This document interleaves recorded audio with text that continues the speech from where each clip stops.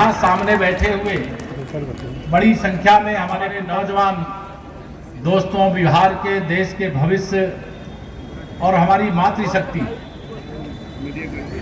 जो यहाँ पर इतनी बड़ी संख्या में आज एकत्र आई हैं, मैं सबको उत्तर प्रदेश की ओर से, उत्तर प्रदेश की 25 करोड़ जनता की ओर से आप सबको प्रणाम करता हूँ। आपको जय श्री राम कहता हूँ, जय सिया राम कहता हूँ, जय सीताराम कहता हूँ।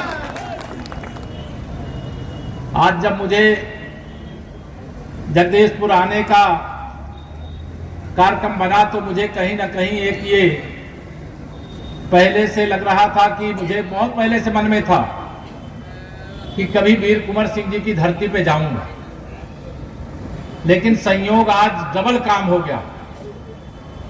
पार्टी का कार्यक्रम भी बन गया और ऐसे महान क्रांतिकारी के जन्म स्थान का दर्शन भी हो गया और आप सबका यह सैलाब भी यहां पर मुझे आशीर्वाद देने के लिए आया।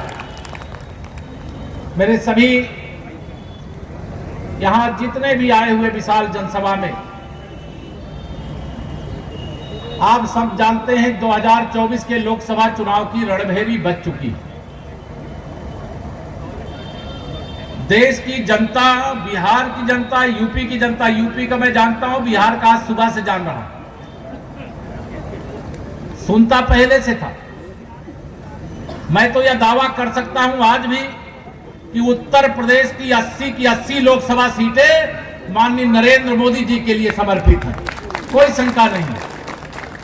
लेकिन जब मैं उत्तर प्रदेश से बिहार आया तो आज एक ही आवाज सुनाई दे रही है कि बिहार की भी 40 की 40 लोकसभा माननीय नरेंद्र मोदी जी को फिर एक बार देश का प्रधानमंत्री बनाने के लिए आप सब 40 सांसद जिता के भेजने वाले हो। सही है?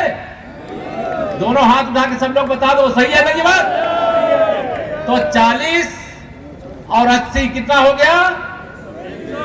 120। और ये बिहार तो सीता मैया का है और उत्तर प्रदेश भगवान श्री राम लला का है।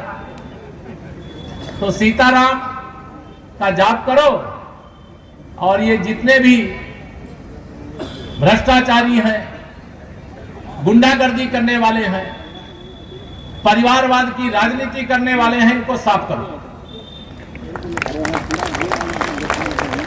देखिए, ये ध्यान में रहना चाहिए हम सब लोगों को, इस देश की राजनीति में कुछ परिवारों का कब्जा हो गया। अगर कोई पीएम का बेटा है तो पीएम बनने से नीचे उसकी बात सोचता ही नहीं था। आप बताओ, कभी श्री राहुल गांधी जी प्रधानमंत्री बन सकते हैं?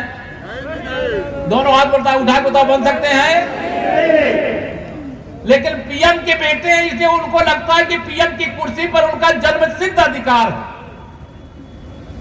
और मैं आज ये दावे से कह सकता हूं, श्री लालू प्रसाद यादव जी, अब आपका युग चला गया है। अगर आप ये समझते हो कि मुख्यमंत्री का बेटा मुख्यमंत्री बन जाएगा तो अब बिहार की जनता ये स्वीकार करते हो क्या? बिहार की जनता इसको स्वीकार नहीं करेगी, क्योंकि बिहार बड़े लंबे समय के कुशासन से बाहर निकल करके सुशासन का सूरज देख पाया। बीच में कुछ कालखंड ऐसा जरूर रहा जिसमें श्री नीतीश कुमार जी एनडीए का साथ छोड़ करके यूपीए में चले गए थे। अब यूपीए का नाम बदल करके इंडी गठबंधन हो गया। लेकिन मैं कहता हूं, जहां जहां पांव पड़े राहुल के, तहां तहां कांग्रेस का बंटा ढार हो गया। जब वो बंगाल आए तो वहां उनको छोड़ करके, वैसे टीएमसी भी इस बार साफ होने जा रही, वहां 42 सीटें हैं और 42 में से आज की सूचना यह मिल रही है कि कम से कम 40 सीटें वहां भारतीय जनता पार्टी जीतने जा रही है। उन्होंने साथ छोड़ दिया। और जब मैंने सुना कि यहां बिहार पहुंचे थे, उसी समय नीतीश कुमार जी ने कांग्रेस को, राष्ट्रीय जनता दल को टाटा टाटा बाय बाय कर दिया था। सही है ये? नरेंद्र मोदी जी कोई प्रधानमंत्री के बेटे नहीं है, चांदी का चम्मच लेकर के नहीं पैदा हुए। वो एक गरीब माँ बाप के बेटे हैं, एक चाय बेचने वाले के बेटे हैं। ये सारे परिवारवादी दलों ने मिलकर के सोचा ये चाय बेचने वाला देश का प्रधानमंत्री कैसे बन सकता है? इस पर तो हमारा अधिकार है। जब देखे कि देश की जनता तो मोदी जी के साथ खड़ी है तो क्या करें? तो इन्होंने गठबंधन बनाया, उसको मैं ठगबंधन कहता हूं, घमंडिया गठबंधन। और गठबंधन बना करके इन्होंने सोचा कि 2024 में माननीय नरेंद्र मोदी जी को देश का प्रधानमंत्री बनने से हम रोक लेंगे। आप बताओ, ये चाहे जितना भी गठबंधन बना लें, क्या फिर एक बार मोदी सरकार बनने से ये रोक पाएंगे क्या? जोर से बताओ, रोक पाएंगे क्या? ये मुंगेरी लाल के हसीन सपने देख रहे हैं। जितने दल उतने प्रधानमंत्री पद के दावेदार, लेकिन गरीबों का दर्द नहीं जानते, किसानों का दर्द नहीं जानते, नौजवानों के उज्जवल भविष्य के लिए क्या करना या न जानते हैं न कर सकते हैं। महिलाओं का सशक्तिकरण, उनकी आमदनी कैसे बढ़े, यह रास्ता खोज करके निकालने वाले माननीय नरेंद्र मोदी जी ने नया संसद भवन बनाया। उस नए संसद भवन में जो पहला कानून बना, नारी शक्ति बंधन अधिनियम 2023, आने वाले समय में चाहे उत्तर या आपके बिहार की विधानसभा हो, चाहे विधान परिषद हो, और देश की किसी राज्य की विधानसभा हो या लोकसभा, राज्यसभा, 100 में से 33 महिलाएं हर सदन में बैठ करके देश के भाग्य का फैसला करने का काम करेंगी। ये बदल आया है, ये कानून बना, इसका विरोध किया, जाके पैर न फटी बेवाई, वह क्या जाने पीर पर आई। ये जब यहां पर सभी लोग आए मुझे मालूम है, लेकिन मेरे परिवार वाले भी बड़ी संख्या में आए ना। अब आप सबकी जिम्मेदारी बढ़ गई है कि बिहार में श्री सम्राट चौधरी जी डिप्टी सीएम भी बन गए, प्रदेश के अध्यक्ष भी हैं, और आप सब लगातार समर्थन भी दे रहे हैं। लेकिन इतने से काम नहीं चलेगा। अगर बिहार में सम्राट चौधरी जी बैठे तो उत्तर प्रदेश में केशव प्रसाद मौर्य भी आपका बैठा हुआ है। इधर जाओ तो आपका राज, इधर हो तो आपका राज। तो आपकी जिम्मेदारी बढ़ गई है, नहीं कि हम अपना वोट दे करके फुर्सत पालेंगे। आज हमारी जिम्मेदारी यह बढ़ी है कि अगर देश के प्रधानमंत्री माननीय नरेंद्र मोदी जी ने आप पर भरोसा जताया है, अपना ही नहीं जिनके कहने से अब तक हम वोट देते रहे हैं, उनका भी वोट कमल के फूल पर लेकर के आने का काम करना है। अब इतना बड़ा भ्रष्टाचार रोकने का काम मोदी जी ने किया, अब पहले जो भ्रष्टाचार किया उसकी जांच करा रहे हैं। ये चिल्लाते हैं, बिलबिलाते हैं कि जांच क्यों करा रहे हैं? मोदी जी ने कहा मेरे देश को लूटा क्यों है तुमने, मेरे देश के गरीबों को क्यों लूटा है, मेरे नौजवानों के भविष्य को क्यों लूटा है। और मोदी जी का भाषण अगर आपको याद हो तो मैं केवल याद दिलाना चाहता हूं। उन्होंने कहा था न खाऊंगा न खाने दूंगा, और जिसने भी मेरे गरीबों को, मेरे देश को लूट करके खाया है, पाई पाई वसूल करके उन्हीं के कल्याण की योजना बना करके उनके चरणों में डाल देने का काम करूंगा। अब बताओ इनके हाथ छापा पड़ रहा है, सही है कि गलत है? दोनों हाथ उठा के बताओ, नहीं कोई विरोधी वाला दूर से देख रहा होगा। मुझे अभी बता रहे थे कल एक भ्रष्टाचारी परिवार जिनकी सरकार थी, यहाँ पे उनकी भी सभा यहाँ थी, ठीक है? तो वो लोग अगर देख रहे हैं तो उनको पता तो चलना चाहिए कि आप सब चाहते हो कि मोदी जी तो ये अभियान रोकने वाले नहीं। उन्होंने कहा हम भ्रष्टाचार मुक्त भारत बनाएंगे, भ्रष्टाचार मुक्त बिहार बनाएंगे, और जिन भ्रष्टाचारियों ने भ्रष्टाचार किया एक सच्चाई से जांच करेंगे, और जो भी एक भी बेईमान है, अगर अभी बचा कहीं पर छिपा बचा है तो उसको भी पकड़ करके जो सजा होती उसको सजा भी दिलाएंगे, और जो लूटा हुआ है उसे वसूल करके गरीबों के चरणों में डालने का भी काम करेंगे। तो तैयार हो ना? भ्रष्टाचार के खिलाफ जांच होती रहनी चाहिए कि नहीं होनी चाहिए? इधर वाले नहीं तैयार है, क्यों? सब लोग हाथ उठा के बताओ, सब लोग तैयार हो? मैं माननीय प्रधानमंत्री जी से जाके बताऊंगा कि बिहार तैयार है कि भ्रष्टाचारियों के खिलाफ जांच भी हो, जो लूटे उसको बरामद भी किया जाए, और जिन्होंने भ्रष्टाचार करके देश को पीछे भेजने का काम किया उनके खिलाफ कार्रवाई भी किया जाए। तैयार हो ना? बताओ मेरा तैयार हो तो मैं ये बात प्रधानमंत्री जी को बताऊंगा। आप सबको आज यहां पर जब मैं आया हूं तो मैं आप सबसे यही कहने के लिए आया हूं। मैं तो उत्तर प्रदेश में एक नारा लगाता हूं, 100 में 60% वोट हमारा है और 40% में बंटवारा है और बंटवारे में भी हमारा है। मेरी बात समझ गए आप? मैं क्या कह रहा हूं? 100 में 60 हमारा है, 40 में बंटवारा है, बंटवारे में भी हमारा है। आप कहोगे बंटवारे में भी क्यों है? क्योंकि हमने सबका साथ सबका विकास किया है। कांग्रेस और उनके समर्थक दल कुछ का साथ कुछ का विकास, कुछ का साथ परिवार का विकास करते थे, कुछ का साथ गुंडों, अपराधियों, माफियाओं का विकास करते थे। बताओ सही है कि नहीं सही है? अगर हमने सबका साथ सबका विकास किया, कोई भेदभाव नहीं किया, तो सबका आशीर्वाद पाने का हक है कि नहीं? हमको बताओ, है कि नहीं है? तो आप सबको निवेदन करना मेरा यही था कि 100 दिन के अंदर उम्मीद ऐसी रखते हैं हम लोग, 100 दिन के अंदर लोकसभा के चुनाव हो जाएंगे। और आज से आप सबको संकल्प लेकर के जाना है, यहीं से संकल्प लेकर के जाना है कि 100 दिन में से, मैं ये नहीं कह रहा 24 घंटे आप केवल कमल खिलाने के लिए लगा दीजिए, लेकिन इस 24 घंटे में से कम 1 घंटे रोज, और 10 दिन बीचे 2 घंटे रोज, और 15 दिन बीचे 3 घंटे रोज अगर लगाने का काम करने के लिए तैयार हो तो हाथ उठा के बताओ, तैयार हो?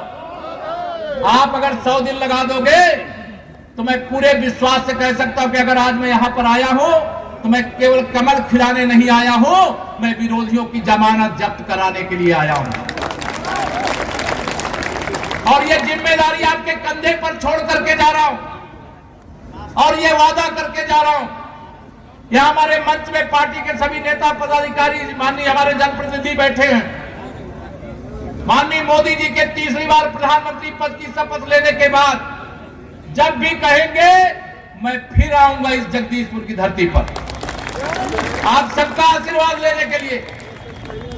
और गर्वपूर्वक यह कहने का मुझे भी हर्ष हो जाएगा कि आपने जो वादा किया आपने निभाया, और मैं जो वादा करके गया तो मैं भी आपके बीच में आकर के निभाया। लेकिन एक और आपको कह दे रहा हूं, आप सब में बहुत लोगों के मन में होगा कि अयोध्या है मन में किसी के? जिनके मन में हाथ उठा के बताओ जरा, सब लोग आना चाहते हैं?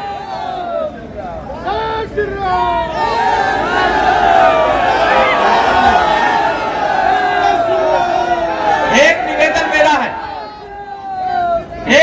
मेरा है कि 100 दिन तो चुनाव के लिए लगा दीजिए, 100 दिन बाद आइए।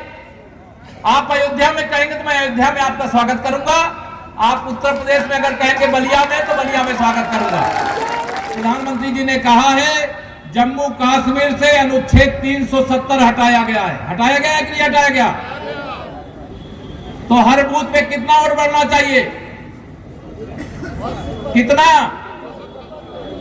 370 वोट हर बूथ पे बढ़ना चाहिए। जितना पहले मिला उसको मत जोड़ लेना, जितना पहले मिला तो उसमें 370। और अगर अयोध्या नाथ की ओर ध्यान दो तो 500 साल बाद रामलला का भव्य मंदिर बना है, तो 500 साल 500 वोट अपने बूथ पर बढ़ाओ। यह मैं आप सब लोगों से अपील कर रहा हूं, क्योंकि यह मौका 5 शताब्दी बाद ये विरोधी हमसे कहते थे, हम लोग, मैं तो श्री राम जन्मभूमि आंदोलन का सिपाही हूं, राष्ट्रीय स्वयंसेवक संघ का स्वयंसेवक हूं। हम लोग जब कहते थे रामलला हम आएंगे मंदिर वहीं बनाएंगे, तो ये विरोधी कहते थे तारीख नहीं बताएंगे। जब इनको 22 जनवरी 2024 बताया गया तो इन्होंने रामलला के जन्मभूमि पर प्राण प्रतिष्ठा समारोह का निमंत्रण ठुकराने का काम किया है। बताइए ठुकराया था कि नहीं ठुकराया था? जिन लोगों ने रामलला के मंदिर के प्राण प्रतिष्ठा का निमंत्रण ठुकराया है उनको ठुकराने का समय है। ये रामलला का भव्य मंदिर केवल हिंदुओं के भगवान का मंदिर नहीं है, राष्ट्र के सम्मान का मंदिर है। जब देश आजाद हुआ था भगवान सोमनाथ का मंदिर गुजरात में था। सरदार वल्लभ भाई पटेल जी ने भगवान सोमनाथ के मंदिर का उसी समय जीर्णोद्धार करवा दिया। इसी बिहार के धरती के देश के प्रथम राष्ट्रपति डॉक्टर राजेंद्र प्रसाद जी प्राण प्रतिष्ठा करने के लिए भगवान सोमनाथ के मंदिर में गए थे, आप लोगों को मालूम होगा। अगर यह कांग्रेस चाहती तो उस समय अयोध्या, मथुरा, काशी की समस्या हल हो गई होती, लेकिन उन्होंने तुष्टीकरण की राजनीति के कारण इस समस्या को बनाए रखा। और यह ऐसे ही लोग हैं, अपने परिवार से आगे किसी को सोचते नहीं। आप बताइए, अगर एक गरीब माँ बाप का बेटा पिछड़े वर्ग से आने वाले नरेंद्र मोदी जी देश के प्रधानमंत्री नहीं बनते तो सामाजिक न्याय के देवता कर्पूरी ठाकुर जी को क्या भारत रत्न मिल पाता क्या? लेकिन मोदी है तो मुमकिन है। ऐसे लोगों का सम्मान इस समय हो रहा है जो सम्मान के अधिकारी हैं।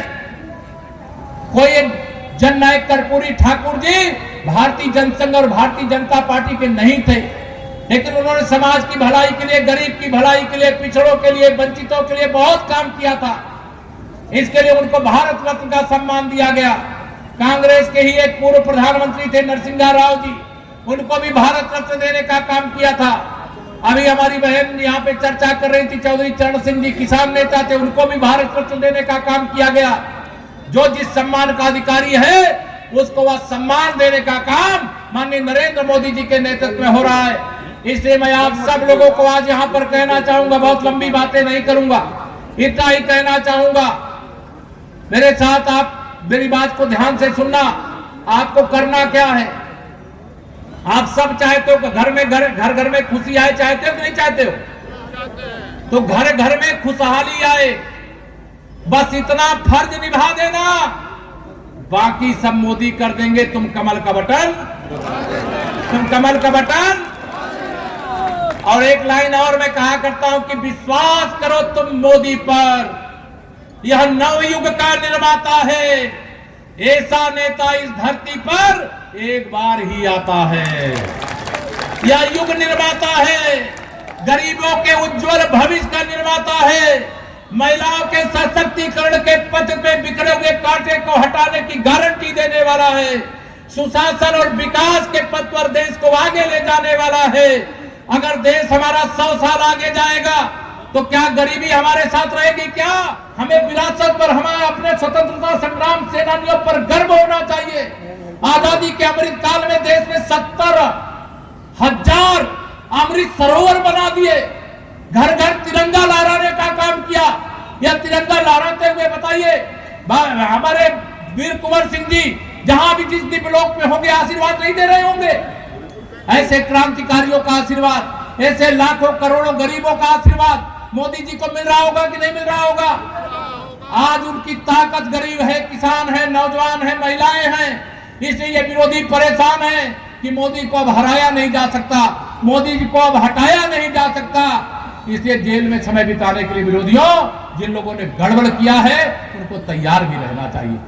इसलिए मैं आप सब लोगों से आज यहाँ पर यही निवेदन करके, बहुत सारी बातें ना करके, यही विनती करूंगा कि लोकसभा चुनाव की तिथि जब भी घोषित होगी, आपसे विनती करके जा रहा हूं। और आज से आप कमल खिलाने की तैयारी करिए। कौन प्रत्याशी होगा मैं ये सब नहीं जानता। हमारा प्रत्याशी नरेंद्र मोदी, हमारा चुनाव निशान कमल का फूल, बाकी सब कुछ जाओ भूल। एक लक्ष्य लेना, हमारा बूथ हमारा लोकसभा है, हमारा शक्ति केंद्र हमारा लोकसभा है, हमारा मंडल हमारा लोकसभा है, और हमारा प्रत्याशी नरेंद्र मोदी जी है, और हमारा चुनाव निशान कमल का फूल है। बिहार की 40 की 40 सीटें जिताना है। कुछ सीटों के समीकरण उल्टे हैं, लेकिन मैंने कहा सबका साथ सबका विकास हमने किया है, तो हमें अपेक्षा है कि सबका वोट भी हमें मिलेगा। लेकिन आप अपना काम करो, बाकी सब मोदी कर देंगे, तुम कमल का बटन दबा देना। इतना ही आपको सबके साथ निभाना है। मैं इतना ही निवेदन करके दूंगा अपनी वाणी को विराम। जरा दोनों हाथ उठा करके जरा बोलिए, जय श्री राम, जय श्री राम। बातचीत से निकल जाता, मैं नहीं जानता क्यों निकल जाता है। हम कहते थे कि अगर सीता मैया नहीं होती तो सीताराम का जाप कोई करता क्या? बताओ, कोई करता क्या? तो मैं कहता हूं सीताराम का जाप करो। बहुत बहुत धन्यवाद।